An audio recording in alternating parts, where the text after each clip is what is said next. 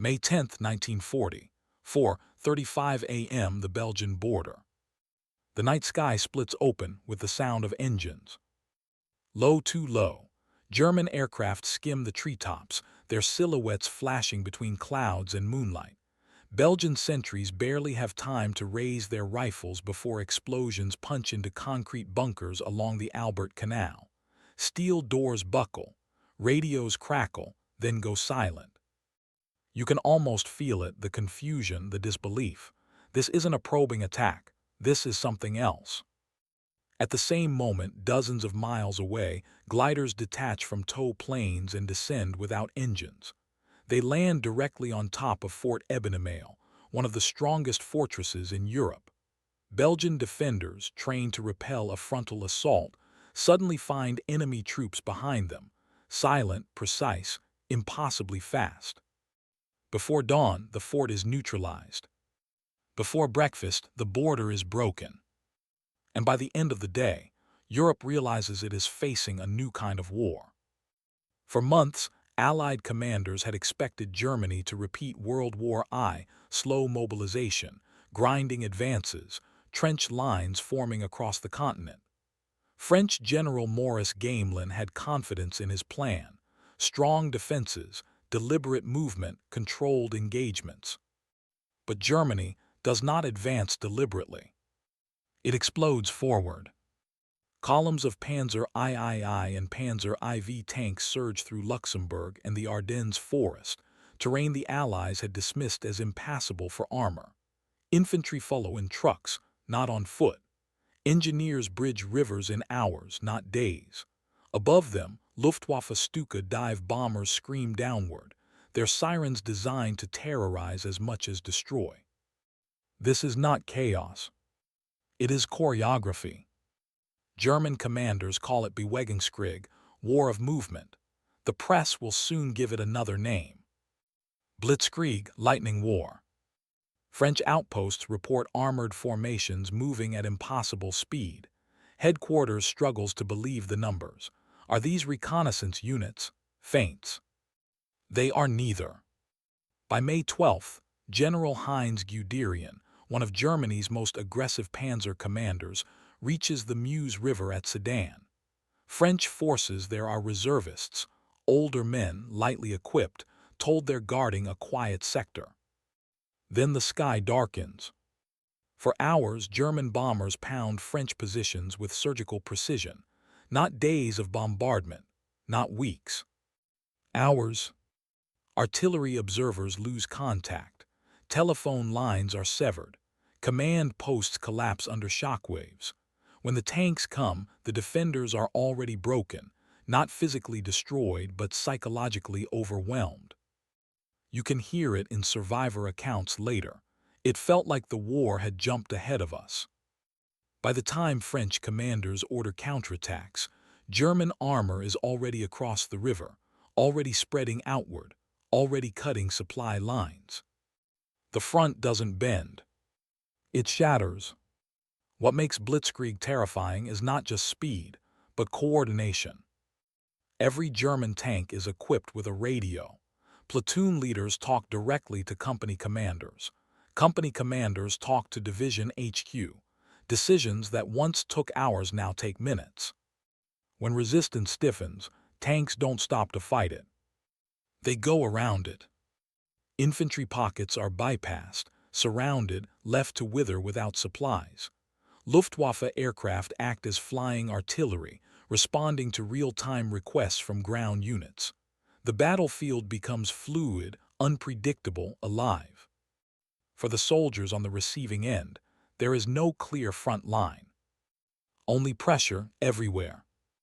By May 15th, panic reaches Paris. Reports flood in, contradictory, fragmented, terrifying. German columns are deep behind Allied lines. Entire French divisions are out of contact. British Expeditionary Force units find themselves advancing toward enemies who are already behind them.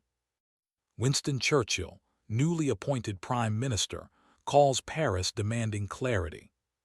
He receives none. One French officer reportedly tells him, "We are defeated. We have lost the battle. It has been 5 days.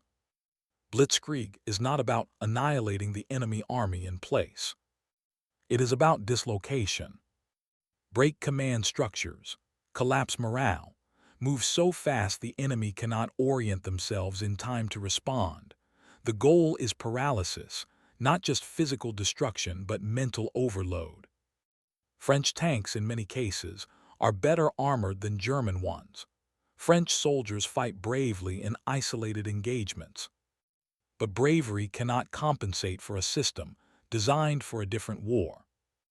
By the time Allied commanders understand what is happening, the German spearheads are racing toward the English Channel, intent on cutting off hundreds of thousands of troops in Belgium and northern France.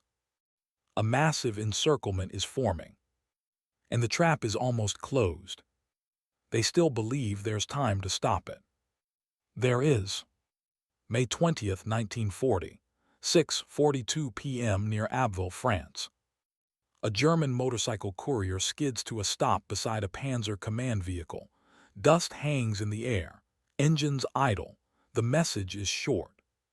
The Channel is in sight. 5 days after breaking through at Sedan, General Heinz Guderian's armored columns reach the coast. France is now cut in two. To the north, the British Expeditionary Force and multiple French armies are trapped against the sea. To the south, the heart of France lies exposed. You can almost feel the moment the reality sets in. The map no longer makes sense. Allied headquarters scramble. Orders are issued, countermanded, rewritten. Units march east, then west, then stop entirely as reports contradict one another. Communications fail, not because equipment is destroyed, but because the situation is changing faster than anyone can track. This is the second weapon of Blitzkrieg. Speed creates confusion. Confusion creates collapse. French General Charles Hunsiger, commanding forces near the Meuse, pleads for time to regroup. He never gets it. German armored units don't pause to consolidate. They don't wait for infantry to catch up. They drive forward relentlessly, fuel trucks racing behind them, maintenance crews repairing tanks on the roadside. German officers later describe the advance as terrifying, even for them. They are moving so fast they fear outrunning their own supplies. But the gamble works. In towns across northern France, civilians wake to the sound of engines, German engines, where French units were camped the night before. Refugees flood the roads, clogging every route with carts, cars, livestock, children. French soldiers try to move against the flow and can't. The roads become rivers of panic. Luftwaffe pilots exploit this mercilessly. Dive bombers attack intersections, bridges, and road junctions, not just to destroy equipment, but to block movement. A single bomb crater can paralyze an entire division. War is no longer fought only at the front. It is everywhere at once. The British Expeditionary Force, commanded by Lord Gort, now faces an impossible choice: continue fighting south to reconnect with French forces, or fall back toward the coast and risk annihilation. German armored units probe relentlessly. At Arras, British Matilda tanks counterattack, briefly shocking German infantry and panzer crews. For a moment, just a moment, it seems like the advance might be stopped. German commanders panic. Reports exaggerate the size of the attack. Guderian fears a major Allied breakout. Then Luftwaffe bombers arrive. The Matildas, nearly invulnerable to German anti-tank guns, are torn apart from above. The counterattack stalls. The moment passes. Blitzkrieg absorbs the shock and keeps moving. Behind the German lines, bypassed French units fight on, isolated and unaware of how far the front has shifted. Some hold out for days. Some never receive orders to withdraw. Their resistance, brave and desperate, changes nothing. This is the brutal arithmetic of Blitzkrieg. If a position cannot be crushed quickly, it is ignored.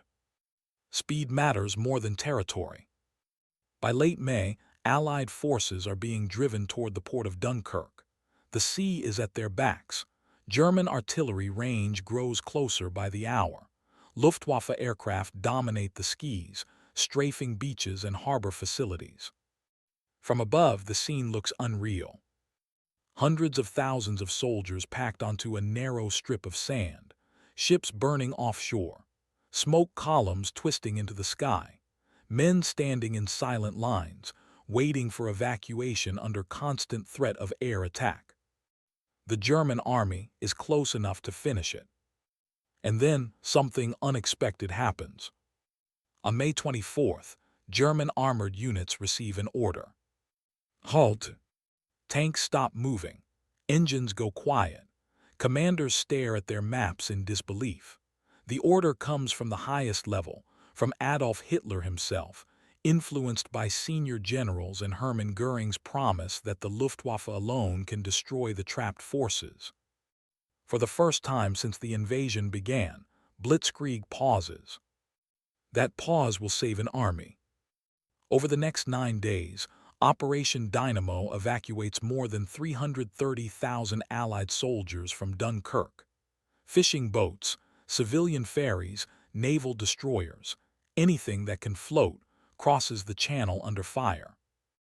It is a miracle born of German hesitation.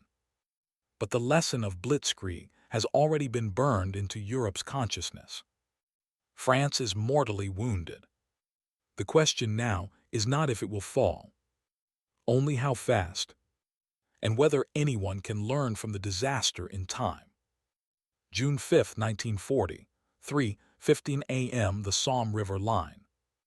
French soldiers crouch in muddy trenches, staring into the darkness. This is where they believe they can stop it. The Somme, hallowed ground from the last war, a natural defensive line, familiar, solid.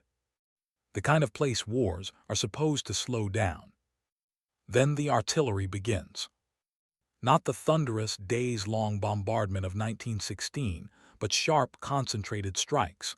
German guns fire with purpose. Bridges collapse. Command posts vanish in seconds. Before the echoes fade, panzer units surge forward again, engines roaring through the smoke. Blitzkrieg has resumed. And this time there will be no pause. France is exhausted. Its best units were lost, captured, or scattered in the north. Its air force is depleted. Its leadership fractured. Orders now come late, or not at all. German forces exploit every weakness with ruthless efficiency. They do not attack everywhere. They attack where it hurts most. At weak seams, poorly defended crossings, units still repositioning, every breakthrough widens into a flood, every delay becomes fatal. French General Maxime Weygand attempts to organize a defense in depth, anything, to slow the German tide. But Blitzkrieg does not allow time for depth. It demands immediate reaction. France has none left. German armored columns bypass Paris. That alone is shocking. The capital symbol of French power, culture, resistance, is no longer militarily relevant. The Germans don't need it yet.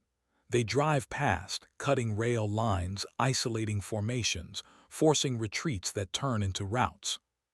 Civilians flee south by the millions. The roads clog again. Wagons and cars stretch to the horizon. Mothers clutch children. Old men push bicycles piled with everything they own. Above them, German aircraft circle like predators. You can almost hear the question in the crowd. How did this happen so fast? Inside Paris, the government debates whether to fight street by street or abandon the city entirely. Memories of World War I haunt every decision. Urban combat would mean destruction on an unimaginable scale. On June 14th, Paris is declared an open city. German troops march in unopposed. Their boots echo down the Champs-Élysées. Swastika banners unfurl from government buildings. The Eiffel Tower stands silent, watching another conqueror pass beneath it. 6 weeks. That's all it took. For the French army, the psychological collapse is now complete. Entire units surrender without firing a shot, not from cowardice but from futility. They are cut off out of fuel, out of orders, out of hope. Officers burn documents. Radios fall silent. The chain of command dissolves. Marshal Philippe Pétain, hero of Verdun, addresses the nation. The fighting must cease. France signs an armistice on June 22, 1940, in the same railway carriage where Germany surrendered in 1918. The symbolism is deliberate. The humiliation absolute. Across Europe, military observers are stunned. The French army, considered the strongest in the world, has been defeated faster than anyone thought possible, not through attrition, not through superior numbers, but through speed, coordination, and shock. Blitzkrieg has rewritten the rules. And now, one question echoes across the continent, from London to Moscow to Washington. If France fell in 6 weeks, who's next?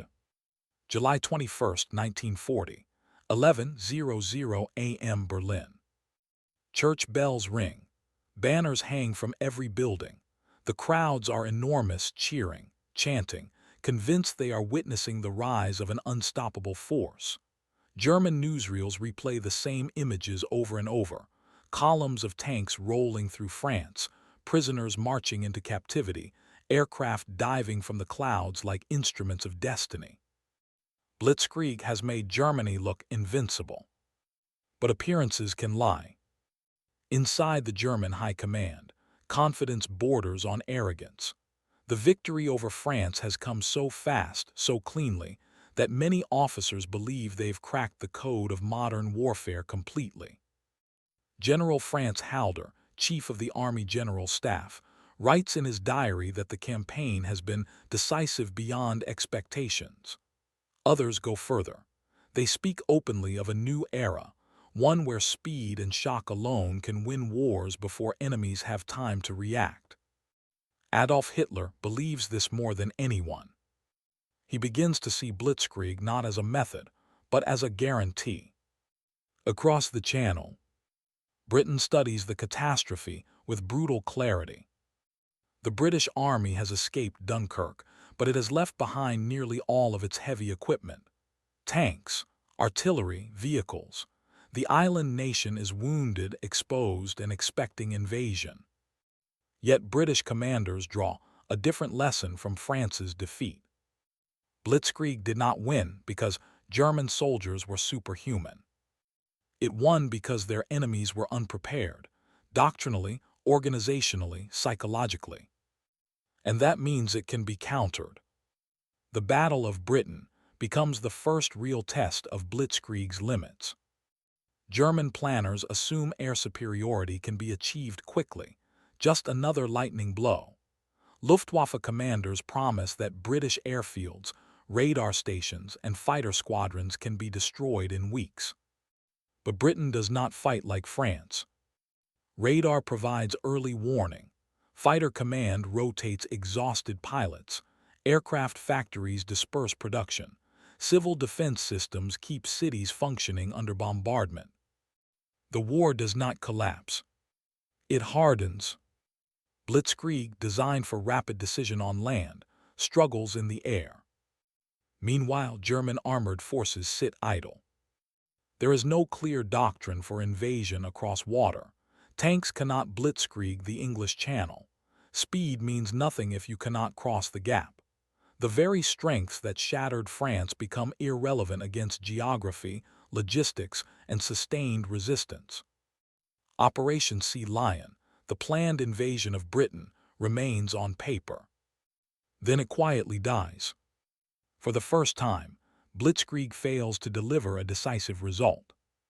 But instead of questioning the method, Hitler expands it.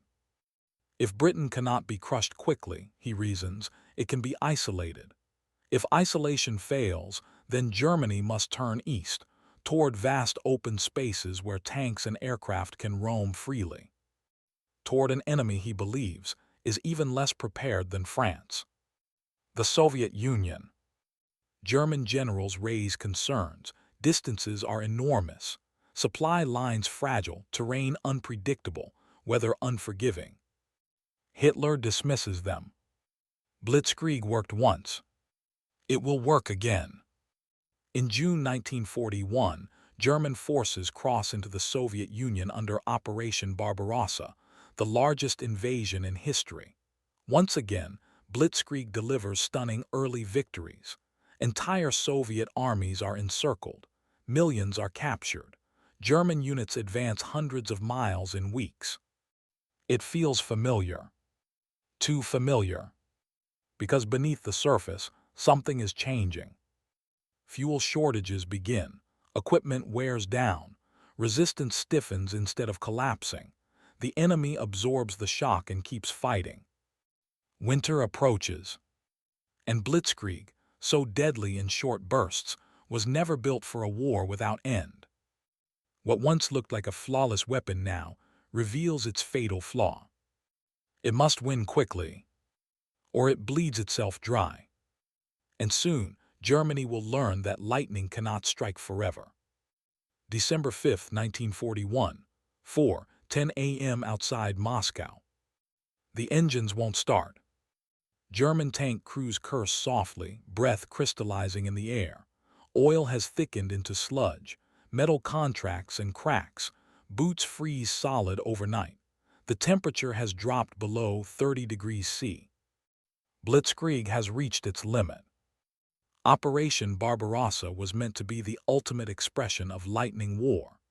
3 massive army groups would drive deep into Soviet territory, encircle Red Army forces, and destroy the USSR in a single campaigning season.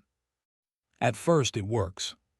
Smolensk falls, Kiev is encircled, entire Soviet formations disappear into captivity. German commanders speak openly of victory before winter. Maps are redrawn, medals are minted. But distance changes everything. Roads turn to mud during the autumn Rasputitsa. Trucks bog down. Horses die by the thousands. Supply convoys stretch hundreds of miles behind the front, vulnerable and exhausted. Tanks break down faster than they can be repaired. Blitzkrieg slows. And when it slows, it begins to fail. The Red Army adapts. Soviet commanders abandon rigid formations and trade space for time. Factories are dismantled and moved east beyond German reach. Fresh divisions appear where intelligence reports say none exist. Most importantly, Soviet units do not collapse. They retreat, they regroup, they counterattack. German encirclements still happen, but each one costs more time, more fuel, more men. Luftwaffe aircraft struggle to maintain air superiority over such vast distances. Close air support, so critical to Blitzkrieg, becomes sporadic. The machine is grinding itself down. As winter closes in, German soldiers dig defensive positions outside Moscow. They were never issued winter clothing. Their doctrine never imagined a campaign lasting this long. Blitzkrieg assumes momentum. Winter kills it. On December 5th, Soviet forces counterattack along the entire front. Fresh troops, Siberian divisions trained for cold weather, slam into exhausted German units. Tanks without fuel are abandoned. Artillery freezes in place. For the first time, German forces are not advancing.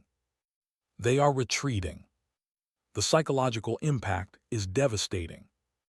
Blitzkrieg had promised certainty, speed, control, the illusion that modern war could be mastered. Now that illusion shatters. German officers realize the truth too late. Blitzkrieg is not a strategy for total war, it is an opening move. Deadly, brilliant, but fragile, it demands an enemy who panics, fractures, and surrenders. The Soviet Union does none of those things. By 1942 and 1943, Germany is forced into defensive warfare across multiple fronts. Allied air power dominates the skies. Industrial output overwhelms German production. Tanks and aircraft are lost faster than they can be replaced. The Lightning War becomes a war of attrition. And in that kind of war, Germany is doomed. Blitzkrieg did not disappear. It evolved. Its principles, speed, combined arms, initiative, are studied, refined, and adopted by modern militaries worldwide. But stripped of its myth, its limits are now understood. Lightning can open a war. It cannot finish one alone. In the end, Blitzkrieg crushed Europe not because it was unbeatable, but because no one was ready for it. History rarely repeats itself that way again. March 19, 2003, 5:34 a.m. Baghdad, Iraq. The sky erupts with precision strikes. Armored columns surge forward under constant air cover.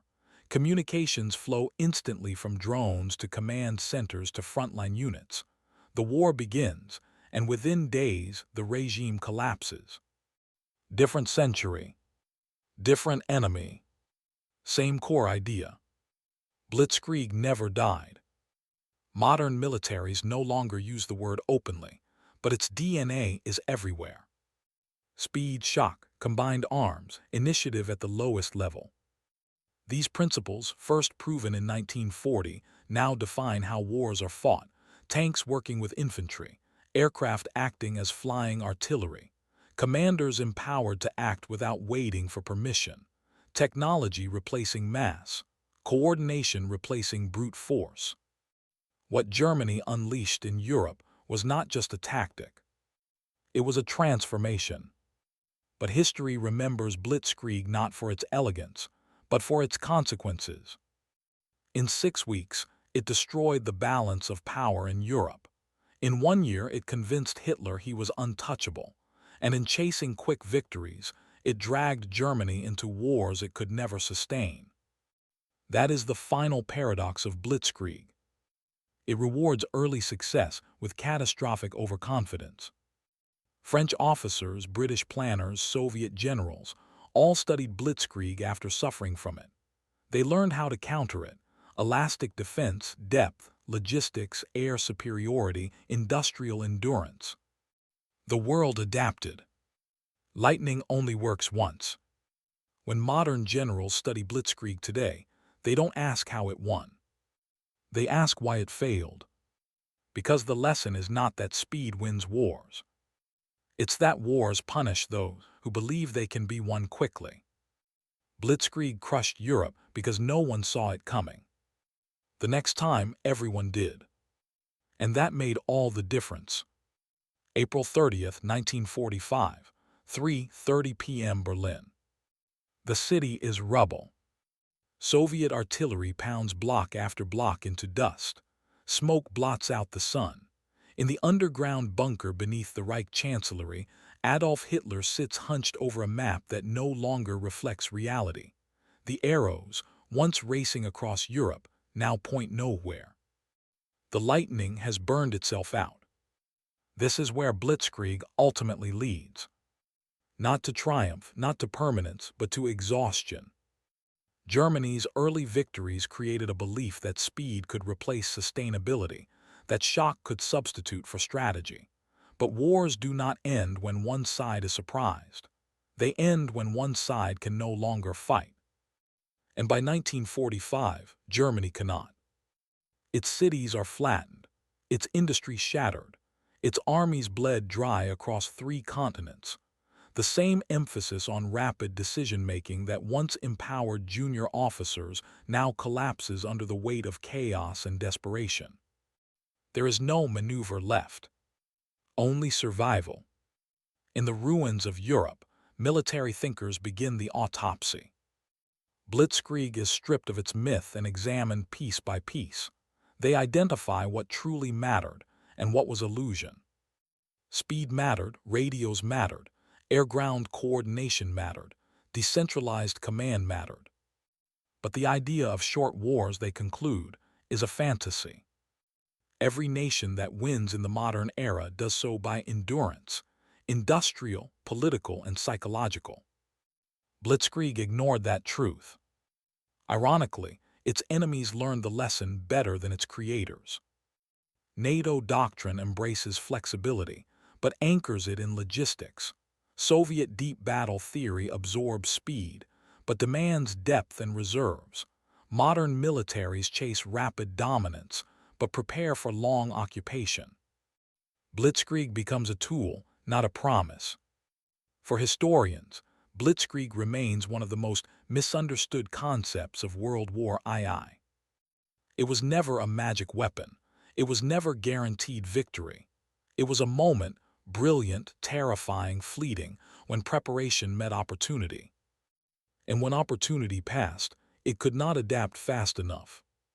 That is the final image Blitzkrieg leaves behind. A flash across the continent, a world caught unready, and a reminder written in ruins. Wars may begin with lightning, but they end with endurance.